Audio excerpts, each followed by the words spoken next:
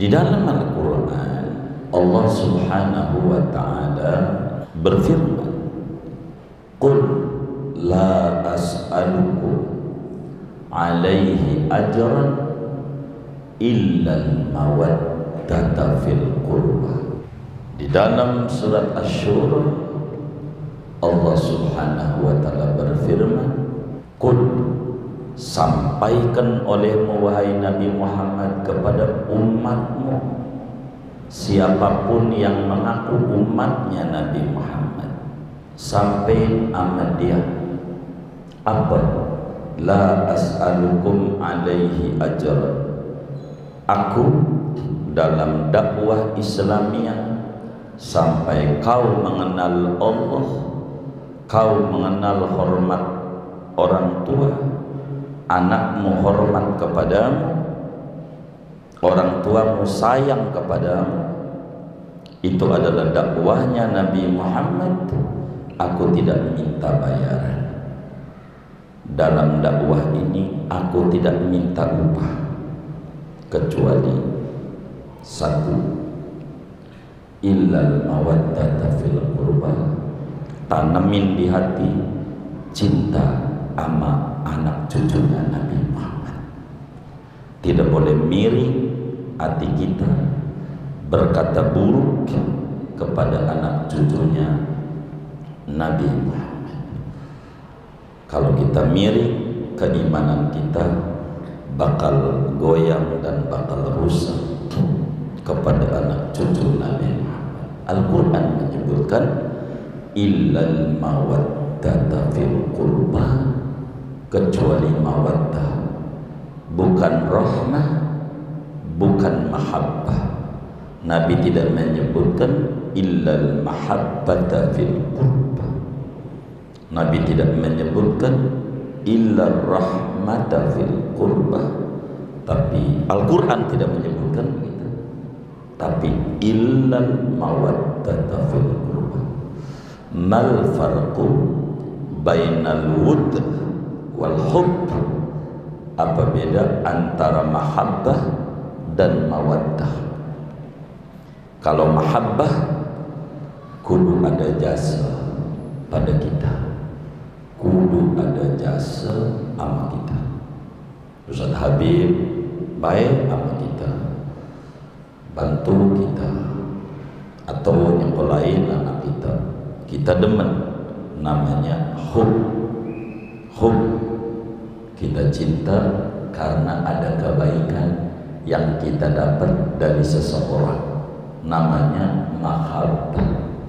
Al-Quran yang diminta mawaddah, mau dia itu baik sama kita atau dia itu tidak baik sama kita, mau kita kenal dia atau kita tidak kenal dia, kalau dia anak cucunya Nabi Muhammad, kita kudu ada di hati kita mawaddah, cinta sama Nabi, cinta sama ahlul bait. Karena itu di dalam salat kita selalu baca Allahumma sholli ala Sayyidina Muhammad wa ala ali Sayyidina Muhammad. Ya Allah, berikan rahmat kepada Nabi Muhammad dan kepada keluarga Nabi Muhammad. Kalau di hati kita goyang, nanti kata Allah, mulutmu doang, wa ala ali kau benci amat cucunya Nabi Muhammad, bermasalah pada ibadah kita. Karena itu kita kudu hormat. Islam tidak membedakan kasta, itu betul.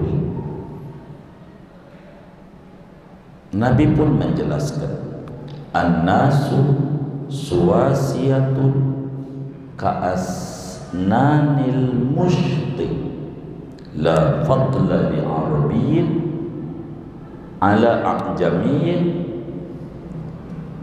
illa bittaqwa. Manusia itu kedudukannya sama di mata Allah, sama atas dasar kemanusiaan. tidak ngomongin agama, suku, ras, tidak. Manusia, kata Nabi, sama. Seperti sama gigi sisir. Sisir tuh giginya panjang pendek apa sama? Hah? Sama. Bagaimana kalau ada sisir panjang pendek? Hah? Susah buat sisir. Sama.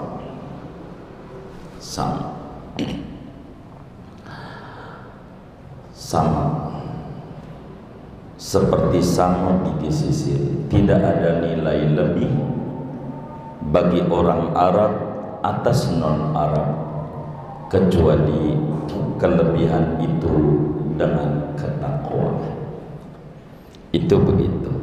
Dan Al-Quran bilang, inna akramakum indallahi atqakum, yang paling mulia daripada anda manusia yaitu yang paling takwanya. Siapa? Hah? Siapa yang paling takwa? Nabi Muhammad. Enggak ada lagi. Itu yang paling mulia. Karena enggak ada yang paling takwa kecuali Nabi Muhammad SAW. Baru sebawahnya. Karena kadar ketakwaan berbeda-beda. Maka kita disuruh oleh Nabi mahabbah kepada ahlul bait. Imam Jalaluddin As-Suyuti menuliskan di dalam kitab tersendiri, tesis tersendiri dengan judul Ihya'ul Mayyit fi Fadaili Ahlil Bait. Diterangkan berbagai hadis-hadis yang sahih tentang keutamaan daripada darah dagingnya Nabi Muhammad sallallahu alaihi wasallam. Darah dagingnya. Jadi kita kudu hormat kepada ahlul bait yang disebut Habib. Habib itu maknanya orang yang kita kudu cintai. Habib itu maknanya orang yang kita kudu cinta. Kenapa? Karena cinta kepada datuknya. Biar gampang, bapak kita yang bertanya punya anak.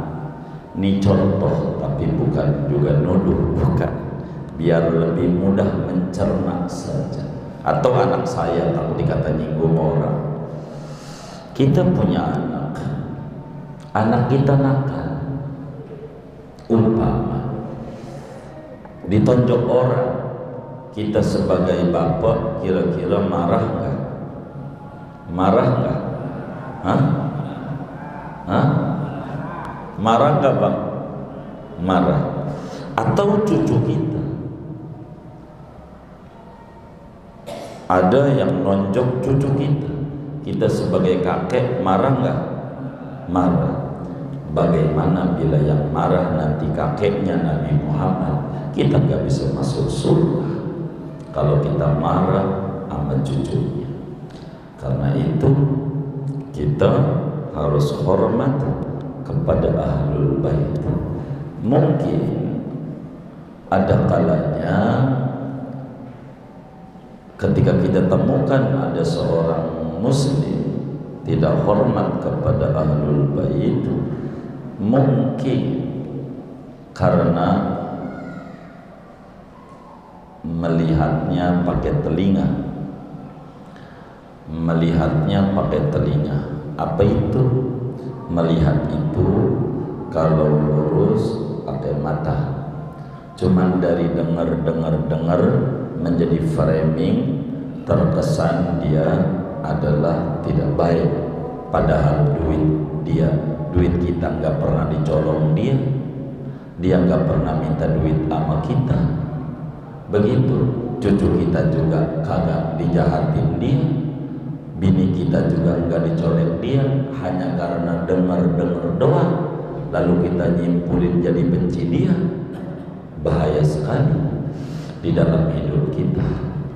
Kalau seperti demikian itu hanya dari yang kita lihat, tanpa kita ngobrol berdua lalu kita nyimpulin, kayaknya tidak etis. Di dalam hadisnya Rasulullah SAW menyatakan, kata Nabi, la yu'minu ahadukum hatta yuhibba li akhihi ma yuhibbu li nafsihi. Tidak sempurna iman seorang kamu sebelum mencintai orang lain seperti mencintai diri sendiri. Kita, ada orang gak kenal kita lalu kemudian berkomentar miring kepada kita, kenal kagak sama kita kecewa dan kita marah. Sama orang yang kita komentari miring begitu, padahal kita belum pernah ngobrol dengan dia, belum bicara dengan dia, belum pernah duduk dengan dia, hanya baru katanya dari potongan-potongan video macamnya atau framing yang dibuat mengiring opini orang, lalu kemudian kita berkomentar miring, menjadi masalah adanya. Karena itu sebagai orang majelis kita tidak boleh orang yang di dalam dirinya ada darah Rasulullah itu jauh dia lebih mulia dibanding kita yang tidak ada darah sucinya Nabi Muhammad sallallahu alaihi wasallam. Siapapun kita menjadi mulia, dosa kita enggak sholat, enggak dimunculin di wajah kita. Dari umur 15 tahun sholat ditinggalin, kalau dimunculin kita manusia bisul. Ini sebab Nabi Muhammad. Maka kita jadi mulia karena kita jadi umatnya Nabi Muhammad. Kita jadi mulia. Maka kalau kita cinta sama Nabi, maka kita perlu cinta sama apa saja yang berhubungan dengan Nabi. Sama sahabat Nabi kita perlu cinta, sama ahlul bait kita perlu cinta. Bila ditemukan ada ahlul bait, anak cucu Nabi yang kemudian itu dirasa menyalahi pada agama, maka sebagai kita umatnya Nabi lurusin. Para nih ditegur, Anda cucu Nabi jangan begitu. Inilah namanya sayang amal Nabi punya cucu. Begitu. Ini diatur oleh agama seperti demikian, itu diatur. Al-Quran menyatakan wa yutahhirakum tathira. Ahlul bait itu suci. Ahlul baitil Mustafa tuhuri hum amanul ardi faddakiri syubbihu fil anjumid duhuri kama qad ja'a fis sunan. Ahlul baitnya Rasulullah itu adalah orang-orang suci, orang suci. Mereka itu kata Nabi amanun fil ardi, penyelamat di muka bumi. Kalau enggak ada ahlul bait yang banyak tahu tentang ajaran-ajaran Nabi, maka kita repot. Ahlul bait itu kayak perahu Nabi Nuh. Siapa yang naik di perahu dia selamat, siapa yang tidak naik dia tidak selamat. Oleh karena itu barangkali karena Nabi ini ada beberapa orang dari ahlul bait, ada yang lembut begitu, ada yang tegas begitu. Ini berbeda-beda pola dakwah, namanya ada perbedaan pola dakwah. Maka ahlul bait itu mulia. Dari mana mulianya? Kiai ama ahlul bait tinggian mana? Maka dijelaskan di dalam kitab Qurratul Ain bi fatawil haramain, seorang ulama ama ahlul bait ama Habib. Kalau kiai gila, ada kiai gila, mungkin nyalon dewan kagak jadi, stres tuh kiai jadi gila. Kalau kiai gila masih disebut kiai enggak? Hah? Masih disebut kiai enggak? Kagak. Kenapa? Gila. Kalau habaib gila masih disebut habib enggak? Iya masih. Dia melekat darah daging Nabi. Maka tinggian habib sama kiai apa yang gila? Kalau habibnya alim, namanya kata Imamul Haddad ngambil dua. Yang pertama adalah asobah, yang kedua namanya zawil furud namanya. Karena alim dia belajar juga ahlul bait, jadi alim. Nah, itu begitu. Imam Syafi'i itu ahlul bait, begitu semua. Syekh Abdul Qadir Jilani adalah habib-habib, begitu. Zaman dulu menyebutkannya syarif ama sayyid, syarif ama sayyid. Zaman dulu ada Syarif Hidayatullah Sunan Gunung Jati, itu habaib, begitu. Syarif, ada sayyid, begitu. Lama kelamaan manusia mencemooh anak cucunya Nabi, maka kemudian itu ulama supaya tumbuh mahabbah maka menyebutkan kepada anak cucu Nabi dengan gelar penghormatan Habib. Apa itu? Orang yang kita kudu cintai, orang yang kita kudu cintai, begitu. Sebab nanti kalau dia ngadu sama datuknya, datuk tuh orang berkata kasar sama saya, repot sama datuknya, kita gak bisa masuk surga, begitu. Dan syarat untuk menjadi wali min auliyaillah, syarat utama orang bisa jadi wali, an yakuna fi qalbihi mahabbata ahli baitil mustafa, kudu ada di hatinya cinta kepada ahlul bait, kudu ada. Enggak begitu, enggak bakalan tinggi dia punya derajat kalau dia tidak mahabbah kepada ahlul bait. Jadi dia menyebutkan Habib, barangkali ada yang menyebutkan saya adalah Habib. Ya, kalau kita barangkali kurang percaya, bisa dicek marganya apa. Karena ada disebut Rabithah Alawiyah, yaitu satu organisasi yang mencatat keturunan Rasulullah, pusatnya di Tanah Abang. Rabithah Alawiyah kalau tidak salah itu ya, atau kantor pusat sekarang di Tepi Sematubang pindah, saya kurang begitu paham belakangan ini. Nah itu adalah Rabithah, ini mencatat.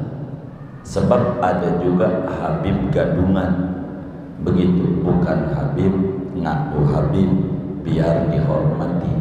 Gara-gara Habib gadungan inilah kadang nama habaib jadi rusak, begitu, sehingga kita menjadi sentimen negatif, akhirnya kurang tepat mengeneralisir, semuanya menjadi salah adanya, dan ini repot. Jadi semua orang tidak boleh sombong, siapapun saja, hatta mohon maaf habaib juga tidak boleh, karena itulah ajaran datuknya Rasulullah.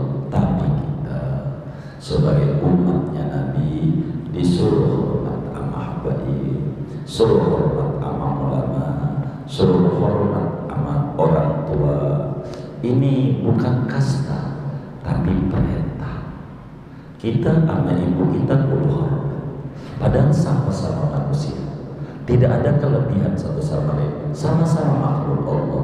Paling tingginya takwa, tapi perintah Al-Quran, dia punya jasa. Kita kudu hormat sama ibu kita, Maka kepada habaib, kalau kita sebagai orang majelis tidak boleh kita berkata buruk, tidak boleh, jangan, tidak boleh begitu. Sebab apa? Tidak ada bakal ditanya di akhirat. Sama iblis saja yang nyata-nyata jahat, andai kita di akhirat tidak pernah di dunia mengatakan iblis laknatullah alaih, iblis terlaknat, kita nggak pernah mengatakan begitu. Di akhirat tidak bakal ditanya oleh Allah, kenapa Anda selama di dunia tidak melaknat iblis? Enggak. Tapi kalau kita melaknat orang, menjelek-jelekkan orang, akan kita ditanya, kenapa Anda menjelek-jelekkan dia? Adakah Anda pernah ngobrol sama dia? Adakah Anda duitnya dicolong oleh dia? Adakah anak Anda dicolek oleh dia? Kalau kita nggak ada, kita jangan mau digiring. Sebagai anak majelis, sama ulama, sama habaib, kita harus sholat. Alasannya satu, cara tobatnya, pengertian dia dibanding kita. Begitu, ilmunya banyak dia dibanding kita. Begitu, maka karena ilmunya banyak dia, kesempatan diterima tobatnya dia lebih banyak dibanding kita. Kesempatan masuk surga banyakkan dia dibanding kita. Karena itu kita tidak boleh berkata buruk kepada ulama dan kepada habaib. Kita tidak boleh no comment. Kita anak majelis, sama kita ngaji sama itu ulama, ataukah kita belum ngaji sama ulama? Kalau ulama kita kudu hormat, sebab nabinya bersabda, akrimul ulama fa innahu indallahi kurma. Hormati ulama. Mau kita udah ngaji mau belum, kalau mau ulama kita kudu hormat saja, walaupun kita belum ngaji sama dia. Sama ulama kudu hormat. Kita tutup mata sesuatu yang kita tidak tahu, agar supaya kita tidak berkata buruk kepada orang lain. Ahlul bait harus ditanamkan di hati kita mahabbah kepada ahlul baitnya Nabi Muhammad sallallahu alaihi wasallam. Adapun bahwa enggak boleh sombong, ya anak kiai, anak presiden, anak pejabat, anak siapa aja, kalau manusia dilarang oleh agama untuk sombong, sebab sombong adalah sifat daripada iblis. Al-Quran mengatakan, wa idh qulna lil malaikati isjudu li Adam fasajadu illa iblis aba wastakbar. Istikbar, kibir adalah watak iblis. Kita tidak boleh untuk berkata buruk kepada orang lain. Ini yang saya bisa jawab dari apa yang ditanya oleh Bapak kita. Begitu, mudah-mudahan bisa difahami. Selebihnya kalau nggak bisa difahami, mudah-mudahan ada ulama yang bisa memaparkan lebih jelas lagi untuk kita bisa mahabbah ahlul bait. Tapi ala kulli hal, seorang muslim jangan sampai ketika sholat Allahumma sholli ala sayyidina Muhammad wa ala ali sayyidina Muhammad, ya Allah berikan rahmat kepada Muhammad dan kepada keluarga Nabi Muhammad kecuali Habib Rizik. Jangan, ya Allah, jangan, nggak boleh, nggak boleh begitu. Sholat kita bakal bermasalah dengan Allah. Ahlul bait kita harus mahabbah, ahlul bait kita harus hormat, amanah cucu Nabi kita harus ta'zim. Framing yang dibuat kita nggak boleh ikut-ikutan, sebab tidak ada untungnya, ruginya begitu. Tapi kalau kita mahabbah, insya Allah keuntungannya banyak dalam hati kita. Itu saja yang saya bisa sampaikan. Wallahu